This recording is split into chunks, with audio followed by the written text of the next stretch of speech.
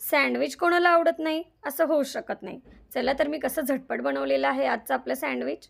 आवडते की नाही हे नक्की पहा, कमेंटही करा। पाहूया पुढे रेसिपी। देवांशचं गॅदरिंग झालेलं आहे पहा। गॅदरिंगवरून आम्ही आलोय, मस्त फ्रेश वगैरे झालोय, चहा पाणी घेतलेलं आहे आणि आता मुलांना खायचे सँडविच।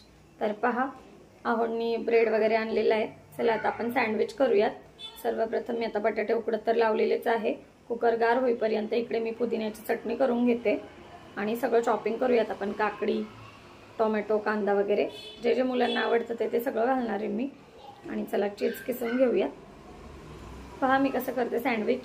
सँडविच तर काय सगळेच घरी बनवतात, पण काही गोष्टी कमी अधिक होतात एवढंच। सँडविच म्हटलं की पहिली पाहिजे ही पुदिन्याची चटणी। तर पहा मी कशी बनवली आजची आपली हिरवी पुदिन्याची चटणी। पुदिन्याची पाने, कोथिंबीर आणि याच्यामध्ये आल्याचा तुकडा, हिरवी मिरची घेतलेली आहे। आपल्याला जितकं तिखट बनवायचं आहे त्या प्रमाणात 2 ते 3 लसणाच्या पाकळ्या, भाजलेले शेंगदाणे, फुटाण्याची डाळ, चवीप्रमाणे मीठ, जिरी। आता हे सगळं आपण वाटून घेऊयात आणि गरजेप्रमाणे लागेल इतकं आपल्याला पाणी घालायचं आहे आणि दाटसर अशी मस्त अशी आपल्याला चटणी वाटून घ्यायची आहे। तुम्ही कशी करता हे कमेंट थ्रू सांगा, पाहूया। आणि पहा मस्त अशी आपली झालेली आहे पेस्ट, ठीक झालेली आहे। आपण याच्यामध्ये थोडंसं हे खायचं तेल घालणार आहोत, म्हणजे हिरवीगार राहते चटणी आपली। आणि आता एकदा मिक्सरला फिरवून घेते, म्हणजे आपली चटणी डन। छान चटणी झालेली आहे, हो देणाऱ्या मस्त परफेक्ट। आणि इथे पहा स्लाइस करून घेतल्यात कांदा आहे, काकडी आणि टोमॅटो मस्त। बटाटा आता सोलून घेऊया, उकडलाय। हे पहा मी 3च बटाटे लावले होते, परफेक्ट एकदम। चला गरम गरम एकदम साली काढून आपण याच्या पण स्लाइस करूया, मीठ लावूया आणि याला थोडंसं। पहा बटाटा गरम गरम सोललेला आहे आणि आता थोडंसं याच्यावरती मीठ लावून घेते मी। छान स्लाइस करून घेतल्यात आपण, सगळं इथे डन झालेलं आहे। चला आता सँडविच बनवायला घेऊयात। हा इथे केचप घेतलेला आहे आणि हे पहा मिस्टरांना मेयोनीज आवडतं तर व्हाईट मेयोनीज पण घेतलं इथे।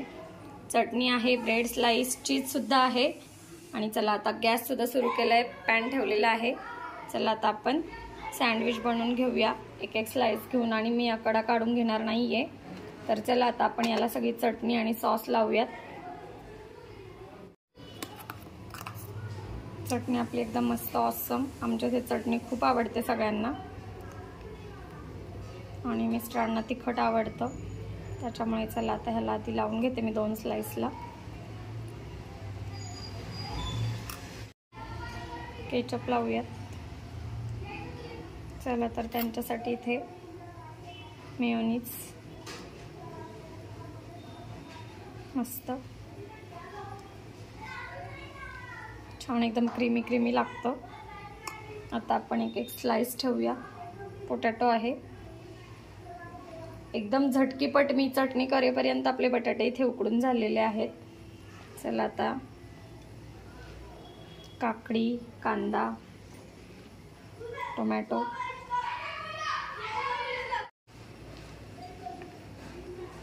काकडी, कांदा, टोमॅटो, भरपूर तूप किंवा आपण बटर लावू शकतो। मी आता घरातलं साजूक तूपच तव्याला लावून घेणार आहे। चला आता चीज किसून घालते आणि चाट मसाला।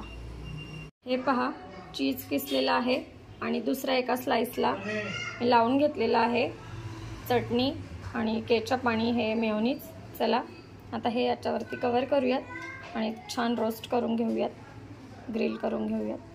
पॅनला तूप लावून घेतलंय मी, आता इकडनं एका साईडने छान शेकून होतंय।